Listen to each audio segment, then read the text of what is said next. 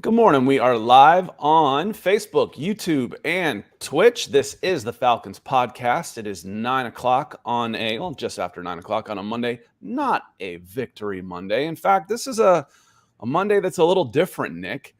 We'll get into all those things. But first, as the stream's opening up and going and finding everybody, because we like to do this live, so we have everybody here to have the discussion. We'll go about 30 minutes today. How are you doing this crisp fall Monday morning?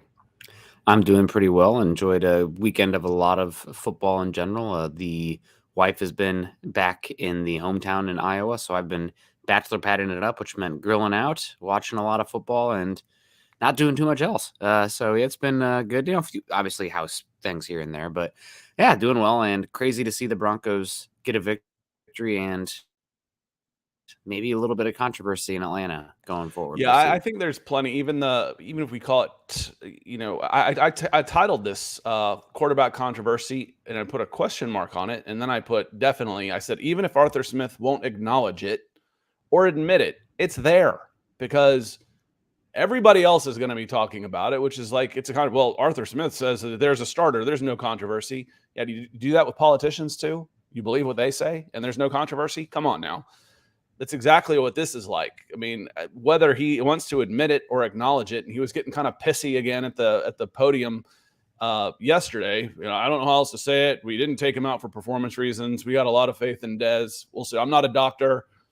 He put it all on health and not on performance. Well, everybody else was watching performance, and the performance was pretty clear. And for the most part, Dez is, if he's played 8 games, what's he, 2 for 8? He's batting about 250 in good games. And one of those, he had 3 fumbles. He had 3 turnovers. So there's definitely a controversy going on, Nick. And we'll, again, watch what he does, not what he says. I think he might use the excuse of we're, making sure he's healthy, blah, blah, blah. Wouldn't surprise me a bit for him to say that the whole way up into the week. And then Taylor Heinicke starts against the Minnesota Vikings. Yeah, it's going to be interesting. Obviously, we saw the very small sample size, but the results, the Desmond Ridder led team only putting up 3 points there in that first half, and then 20 points from Heinicke after that. Just didn't look super efficient after coming off one of the more efficient games. And at first, I thought it was because of the fumble. I thought it was a turnover-related benching. He had that one again right before the first half, and it's like, God, you can't have that many turnovers. Find out later it's a concussion that's holding him out. Maybe. We find out later he says it's concussion, but he was cleared that was holding him out. Again, watch what he does, not what he says. I'm not buying it all. I'm just not. I buy the taking him out to start because of the concussion, but the keeping him out, he's been cleared, but we're being cautious and conservative with him. That's where doubt creeps in for me on that one. If a concussion or anything like that doesn't happen, then I do think Desmond Ridder probably continues the game, but they saw enough from Heinicke to keep it in this game specifically. So not a great game from Desmond Ridder, not a great first half, but this is a team loss for me throughout. Ridder didn't have the best game. I think I would expect him to start the game against the Vikings, though, as it stands right now. Yeah, I'm kind of with you on that one. They're not going to – he's shown enough in the previous 2 weeks. Was moving the ball well, except for the freaking turnovers. And the ball just comes out so easy. He's got 2 hands on the ball. He's stepping up at the front and gets a chop and the ball's out. It's like, man, it's – getting a little ridiculous. We go live on this because we like to say hello to everybody. So we want to say hello to some folks that have come in nice and early. Like John Harrell, he comes in on YouTube. He says, good morning, Scott, Nick, and the Falcons family. I hope the Ridder experience is over, but we all know he'll start next week because Arthur Smith isn't going to admit he was wrong about him. And like he said, this was a complete team loss. And it was, and the loss of Grady Jarrett is a big one. We'll see. I haven't seen anything come out say how long he could be out or if he's going to be out at all. But he's the Falcons' best player on defense, maybe period. And he's their most valuable player on defense, I'm convinced, no matter what. Just for the disruption he has, for the ability he has, pass, run, it doesn't matter. The motor, the energy, the leadership, all of it. He's the heart and soul of that Atlanta Falcons defense. And when he's out, Nick, it's a big loss. Yes, losing Grady Jarrett. This is a game where the injury bug kind of started to crop up for Atlanta when it hadn't so far this season. Calais Campbell with a finger injury, if I recall. You had Caden Ellis out for a bit.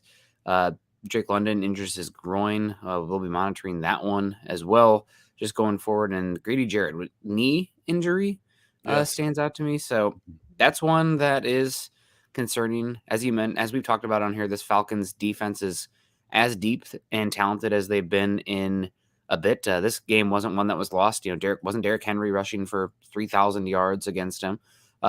Secondary more so than anything, but losing Grady Jarrett could really hurt this team for a few weeks here, and out for whatever time could be the difference between winning the division or missing the playoffs.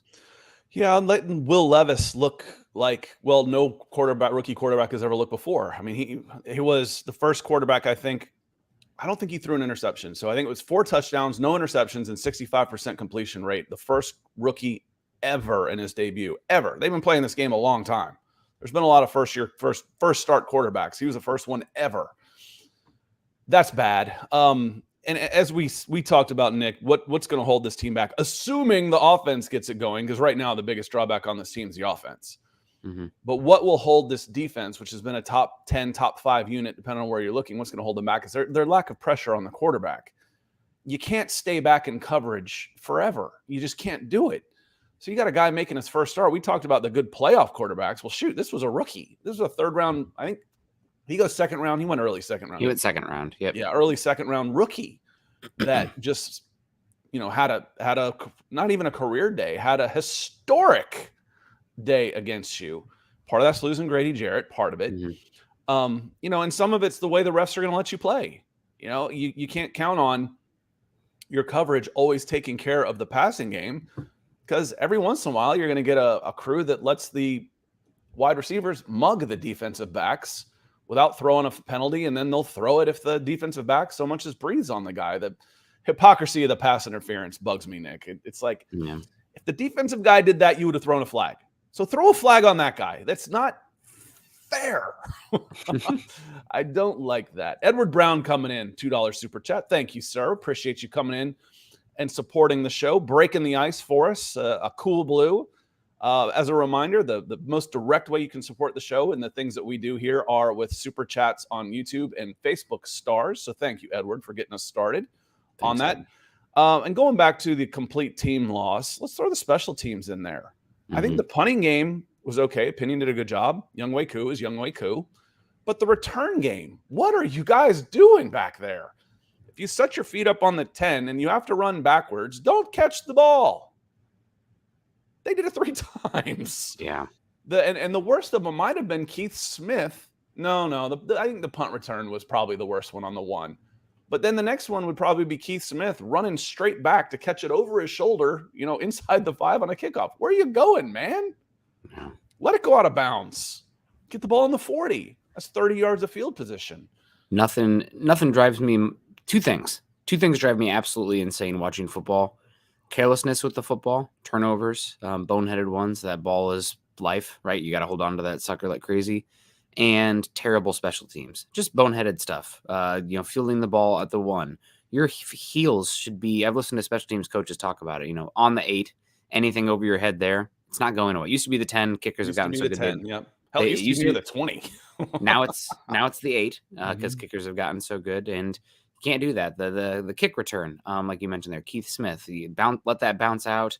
You're gonna get the difference of 20 yards of field position. I mean, it's crazy to see that lack of execution from a team that before today I had felt had been decently coached in the mental error. So I'm going to give them a little bit of a break. No, it was just one of those games on that. When we talk about it was a team loss, it was a team loss. It was everybody takes their share this week. I'm not condemning anybody. I'm just saying, hey, listen, you all played a part in this. Yeah. Everybody's hands are a little dirty, Nick. Without a doubt. One guy I will condemn a little bit in this one.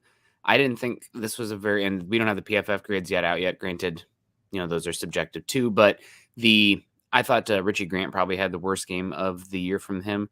Overall, I think just some of the explosives, that was my big takeaway. You cannot give, and I agree with the pass rush somewhat, but I felt like the back end broke like we hadn't seen them and seen them break multiple times in this one.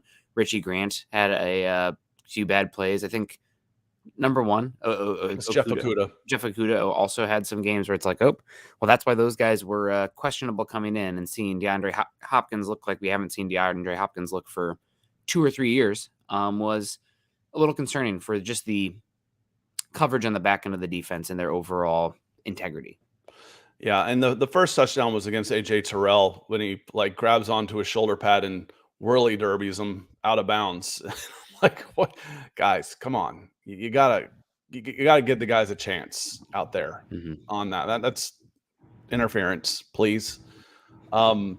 Dave, good morning. Make you fumble. He's here. Jordan Brown, he's mad. Good to see you, Jordan. He says, good morning, fellas. Just trying to stay positive. I think we all know how we feel. There's still plenty to be positive about, but there's plenty to be upset about too, and that's okay. You know, it's like, oh, you know, where are you guys going to be? We're going to be here. Where, you know, just because you can fan and not think everything's always going the right direction. You know, going back to that, one of the phrases I hate the most is trust the coaches. I guess you know better than the coach. Well, I might not be able to coach better than him, but they're going to be wrong on probably 40% of their decisions. And that's if they want to win. And those are Super Bowl coaches. So we can second guess. They get paid plenty. They're okay. Keith Johnson says, good morning, guys. Tough loss. And good morning, Keith. Dave says, I'm tired of some in the fan base talking about the Falcons shouldn't go after Montez Sweat or any other player. This team still needs talent, period. Of course, you're always trying to build. And if a good player becomes available, go after him. That's a universal truth for me, Nick.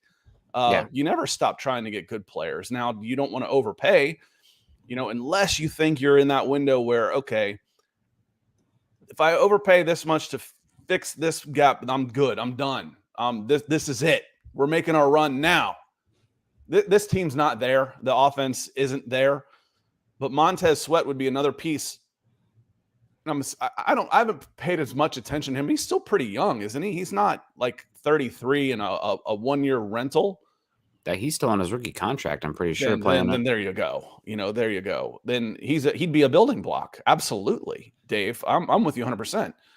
You know, you don't want to say, I don't give up a first round pick. I don't want to overpay to take this shot, because then if you miss, there's dark days ahead. But a universal truth is if a good player is available and he's affordable, go after him. You know, what's this do to this guy? I don't care. Man, that's the job. Yeah, he's young still and talented player, former first-round pick, one of the plethora of first-rounders on that Washington Commanders defense. And if he's available, yeah, you make a call. I mean, Chase Young is probably more valuable asset there. They both are coming off of their, I believe, 1 more year of control after this. But, yeah, I mean, get another pass rusher in here, somebody you can build around. The thing about trading for Sweat or Young is it probably on the Falcons side of things, you're hoping it's coming with a new contract as well, pretty soon after. But yeah, go out there, make a move for a pass rusher, and continue to add to the defense. Sweat is on his option right now, and he's on his 5th-year option. He's 27 years old, so his number right now is 11.5 because he's playing on the 5th-year option of his rookie contract. So Makey almost says, if we're not going to use Kyle Pitts, trade him for a position of use. We can roll the clock back about 3 weeks, and we started talking about this in earnest. You know, what do you think you could get for him? And I still think because he's so young, because of all the potential there, you could still spin him for a first-round pick. You know, maybe not a top 5 pick, but a first-rounder, one of the first 32 picks. I still think you could. Would you be stupid to do it? Would you then kick yourself for looking back and saying, okay, he went to a team that knows how to use him better or is more equipped to use him better? You know, hey, has the offensive line and the quarterback, which they haven't had that combination in his first 3 years. Do you trust that you can get it done? And then the other part of it is Nick, by the time you get this straight, because right now, this is year 3 of not having the offensive line and the quarterback together. And I'm already going to say that this isn't going to be a plus quarterback this year. It's done. We're over. I've seen enough. Ridder could be the guy. Heinicke could be the guy, but at best, you're looking at average quarterback play at best for the 2023 season. You're in year 3 of his contract. You go into year 4 and then you're talking about a 5th-year option. What if you don't want to come back? Okay. You burn through. We still don't know what next year is going to look like at the quarterback position. You're through 4 years of his contract, and you've gotten really nothing out of him. Yeah, I mean, that's always the risk with pass catchers, right? You don't know if the quarterback's going to be ready to take advantage of them. But that's the NFL, right? You don't want to be afraid to make moves because if you did have that quarterback and you didn't have weapons, then it'd be like, oh, man, what a wasted opportunity it is with this young quarterback contract. So you never know. Still a lot of time left. What is Kyle Pitts, only 23 years old for the tight end position? I mean, he's exceedingly young still. And he had 5 targets in the game, which doesn't seem like too much, but I mean, you only had 34 total pass attempts. It wasn't like totally, that's about average. And I think probably about 5 is probably close to average for a tight end, a number one tight end at that, if your name's not Travis Kelce. So I wouldn't be too up in arms about it right now. There's still a lot to be written yet for Kyle Pitts. And hopefully he'll be a piece for this team for a long time. You didn't draft him 4 overall to get average targets for a tight end. No, but some games are going to be like that. So They've all been like that, Nick. Yeah. There's been some injuries in there. A lot. I was texting during the game. Like, it seems like the only player that they actually actively scheme to try and get the ball is Bijan Robinson. Everything else is, oh, maybe we can fool them. We'll run this halfback toss to Jonnu Smith and let him throw to Michael Pruitt while Kyle Pitts is blocking. That'll fool them. Yeah, I mean, we have a side jar. Every time you sigh, they have a swear jar. We have a side jar. Every time you give it one of these, got to put $1 in the side jar. That's one of those. Lance Render come in with a super sticker. Thank you, my friend. Feels like a newer name, so thank you for coming in with the support for the show. That's a big help for the things that we do here. Certainly appreciate it. Let me come down here. There's some more folks coming in. I'm gonna have to start coming through the comments a little bit faster than I've been doing because it's been. Y'all are hitting it hard. Archangel was there yesterday. Didn't read that one. Said everybody was pretty nice except for one lady. Well, you did pretty good then. It's I've found that ignore those folks and most people will be pretty nice. I never got the whole idea of booing the opposition when they show up. Hey, if you weren't here, who would we play? Thanks for coming here. We want to beat your butts. Welcome. Take your beating. Let's have a drink afterwards and go home. Nando coming in. Nando's fired up today. Good morning, Scott and Nick. Will Desmond Ridder start? Right now, I'd still lean, yeah, I think he will. Yeah, I expect Desmond Ridder to still start.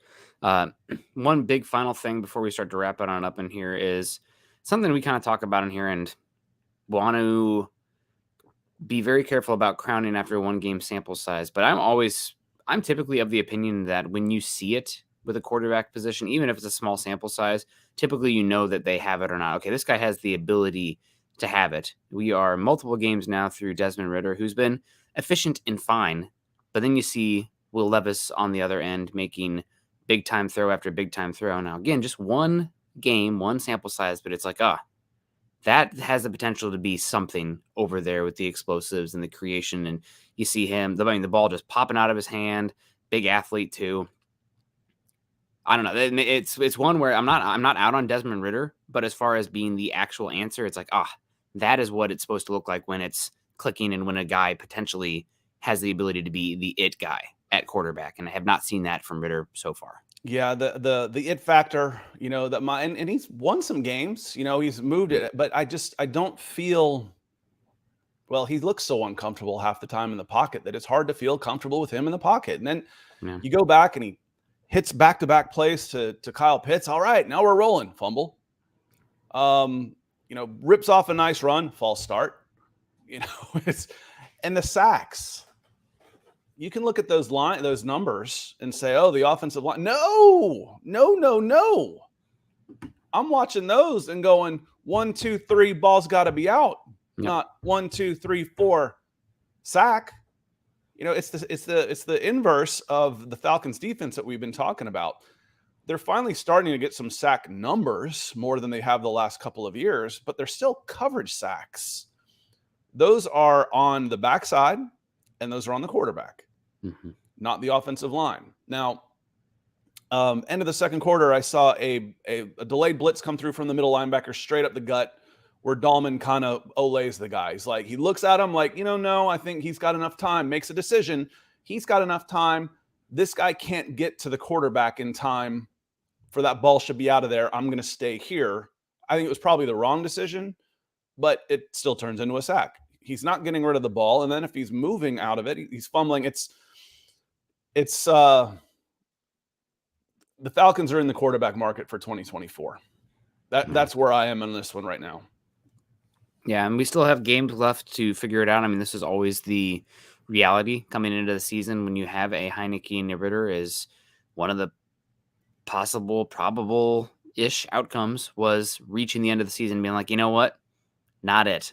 We probably need to take advantage of the options that we have available to us and go for it. Unfortunately, for the Falcons, one of the potential better options did suffer a serious injury with Kirk Cousins with the Achilles. And not only does that, was he a really feasible option for the Falcons? Maybe not, but that's another team that's probably going to be aggressively hunting next season. I mean, with the offensive core that they have in place, that's a team that I think would be a very nice spot if I was a quarterback looking to go somewhere. So yeah, it's going to be interesting to follow Ridder. I do expect him to start next week, but seeing how Levis played in this one with those deep balls, really hunting in this game made it be like, Ridder not great. And to your point also, Scott, just to add numbers to it, the sacks, 5 sacks for 36 yards in the first half for Ridder on just 12 attempts versus 1 sack for 8 yards on 21 attempts for Heinicke. This offense cannot be behind schedule like that with how they want to use the run game and the weaponry, that if you're taking sacks, the punt team better start stretching. Let me hit Rusty, and then I'm going to come back to that. He says the Falcons organization is appreciate you, Rusty, going to look lazy and dumb. Eventually, you're going to have to draft a first-round quarterback or go spend money on one in free agent or trade, which is tough. Those guys are expensive. Mm-hmm. Arthur is really going to let Dez get him fired. Wild. Possibly. It's possible. I mean, these guys make a ton of money. One contract, they're set for life, and he won't be out of a job long. But you went in with Dez as a guy, and then and as people have reminded us in the chat, it's burned into my brain now that I can, because it's a great point, and it's been made by this community in here. To not play him in the preseason is basically anointing him, and which we knew going in. This is our starter. Heinicke came in, said, "I'm the backup to Desmond Ridder." Man, this guy needs every rep he can get. What made you think that he was ready to go in and it's like, oh, we'll learn as we go? Man, this is the NFL. I mean, theoretically, you're still all right. You're 4-4. Playoffs are still right there for you. But technically, they've been right there for you this time every year. Oh, they're only one game out of a playoff spot. Let's keep trying this. But the team's not advancing, Nick. This isn't a team that's going to go to Detroit and win a playoff game. They're not going to beat Philly. They're not going to beat Dallas. Who are some of the other NFC teams that you've got to watch out for? There's not a ton of them. That's part of the problem. I mean, a bunch of injuries have occurred where it's going to be a lot harder to mention those teams. Eagles, obviously. Dallas, obviously. Have the 49ers lost 3 in a row now? Yes, they have. The Seahawks are feisty. See, you're not going to beat the Seahawks in Seattle? Yeah, that's a team that is pretty feisty. Outside of that, have a pretty hard time. I mean, if it wasn't for the injury, I might say the Vikings. Maybe the Vikings will make a move for a quarterback, but yeah, it's not a very good NFC. I feel like all of the momentum has been taken out of the trade deadline. Archangel comes back in. He says, no Grady Jarrett. Can I interest you in a Danielle Hunter? Would they be sellers now? Oh, man, they might be. They're in a weird position with Kirk Cousins and whatnot. So I have no idea what's going to happen with the Vikings. Total chaos there with their direction, given they are playing really good football, but without a quarterback there, Lord knows. Yeah, but Chase Young or Montez Sweat, yeah, getting some pressure from the outside would make a big difference. This team is really strong up front. Now they need to come in from the outsides, for sure.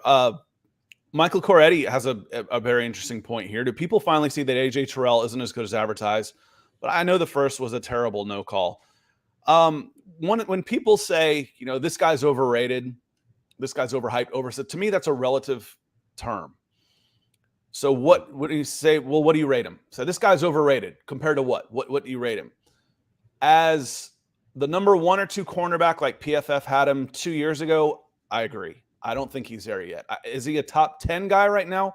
I think he probably still is. I think he probably still is. There's a reason why the stuff that you don't see, there's a reason why this defense has been so good, despite the lack of pressure on the quarterback. And again, you can look up quarterback pressures. Use your freaking eyes. And I'm not yelling at you, Michael. I'm just saying in general. Well, the Falcons are number 10 in quarterback pressures. Then they're counting the pressures wrong. Then your process is wrong. Your data input is garbage, and you're spitting out garbage results. Because when they rush 4, they get 0 pressure. They pin the guy in, and you hope to contain him on the backside. I think AJ Terrell is probably top 10. Is he top 5? No, I don't think so right now. Yeah, he's very good to solid, but he's not a no doubt matchup shutdown cornerback, which there's not many of those guys. So doesn't make him not great, just doesn't make him, the biggest difference maker in the world. And like I said, Nando's mad. I saw this one earlier. If Ridder starts, we lose and need to fire Arthur Smith. If Ridder starts and you lose to a Kirk Cousin-less Minnesota Vikings next time up, there's going to be and again, there's a question in here about Arthur Blank's loyalty. If they don't make the playoffs, and it may have come from Cristiano. Good to see you, Cristiano. If they don't miss the playoffs, would they keep? If they miss the playoffs, would they keep Arthur Smith? If they're 8-9 and miss the playoffs, I think so. If they lose the rest of them and they're 4-13, you're going to have trouble. But making progression 8-9 theoretically is progression. But again, you gotta. If you're 8-9 with this team, it's going to fall back on the quarterback play. Everything else that they've built is in pretty good shape, and your quarterback play is holding you back. That's on you. I would give Arthur Smith more leeway if he wasn't directly involved in picking the players for this team. He is a co-general manager for the most part. This is on you, man. This is on you. When it was Dimitrov and Mike Smith, I was all over Dimitrov because he was 100% in charge of getting the groceries. Go ahead, Nick. Bad news. 13 minutes ago, Adam Schefter tweets out the Grady Jarrett torn ACL, officially season-ending injury for the Falcons interior pass rusher. So Grady Jarrett out. That's a big loss for this team. Really feel bad for the kid. Out for the year. We'll see what happens with them going forward. Sorry to be the bearer of bad news there, Falcons fans and Scott. That sucks. I love Grady Jarrett. Just love. I don't care if he were playing for whoever. I don't care. I love Grady Jarrett. That one hurts. The team to me is secondary. I've said a zillion times, when you work for 20-something years in sports media, you start rooting for the names on the front of the jerseys. You start rooting for the names on the back. I root for Jarrett. I'm a Jarrett fan. That one hurts. I don't want to end the show on that big of a downer. But that's because, again, they can still be a playoff team without Grady Jarrett. I want him to be part of that. I mean, London can play a little bit. You can slide Calais Campbell inside. You're still going to need help on the outside. David Onyemata is really good. You can scheme around it. You're not as good a defense without Grady Jarrett. Of course. Yeah. It's not the same team. Grady Jarrett is one of the Mr. Falcons of all time. And I'm upset for him. Like I said, you'll get over it as you start watching the game and you see him out there, and he's made $1 zillion. He's financially secure forever, but it hurts. And I hurt for Falcons fans. I hurt for Grady, and I hurt for his teammates out there. Huge bummer for the Falcons. Gonna need to see. We saw your guy that you were very excited about this season, LaCale London, out there this week. Maybe he gets a chance now, and haven't seen too much Taquan Graham this season as far as the splashes coming off his injury last season. But now there's a chance, opportunity is going to be there for somebody to step up now that your best defensive player is out for the year. Yeah, I think you'll see Onyemata and Campbell. I think we would slide, if it's me, we'd slide Calais Campbell inside a little more. Taquan Graham has not fully recovered from his injury. He's not back to where he was last year. Let me see. Laquale London had 41 snaps, which was 60%. He'll be one that slides in, but I would figure out a way. I would probably try and get Calais Campbell inside with Onyemata in my number one groups and see if I could get a little bit more speed on the edge. Maybe I'm playing Lorenzo Carter and Bud Dupree at the same time. Maybe Arnold Ebiketie will pick up. But I think there's internal options. That's one of the stronger units on the team. So what? Right now, so what? I don't care as much as I care about Grady Jarrett. So on that note, sorry to leave on a downer. This team on the bright side, I'll say it just because I feel like I'm obligated to. Losing Grady Jarrett will not be the difference between this team making the playoffs and not making the playoffs. There's enough talent on this defense to be a playoff caliber defense. This team making the playoffs is still going to reside on the other side of the ball. It's still going to be at the quarterback position, at the play calling and the execution, and getting your playmakers the ball. That starts again. You go 5-4 against Minnesota. You still got Arizona. The Saints are playing better. You get splits with the Saints, and you're still on schedule for a 10-17. That's where that's what you're looking at as far as the rest of the season goes on the schedule, which to me is secondary to the news that just came out. And then the trade deadline. If something comes out tomorrow, we'll get together like a breaking news pod. If something happens with the trade deadline here in the next about 30 hours or so. Yes, sir. Otherwise, we'll be back on Wednesday, post-trade deadline, and we'll look forward to the Vikings. So thanks, everybody, for joining us. Want to say thank you to Edward Brown and Lance Rendar for coming in with the super chats, the stars, the support for the show. Everybody, keep Grady Jarrett in your thoughts. I know how much he means to the Atlanta Falcons, and if you're a Falcons fan, I know how much he means to you.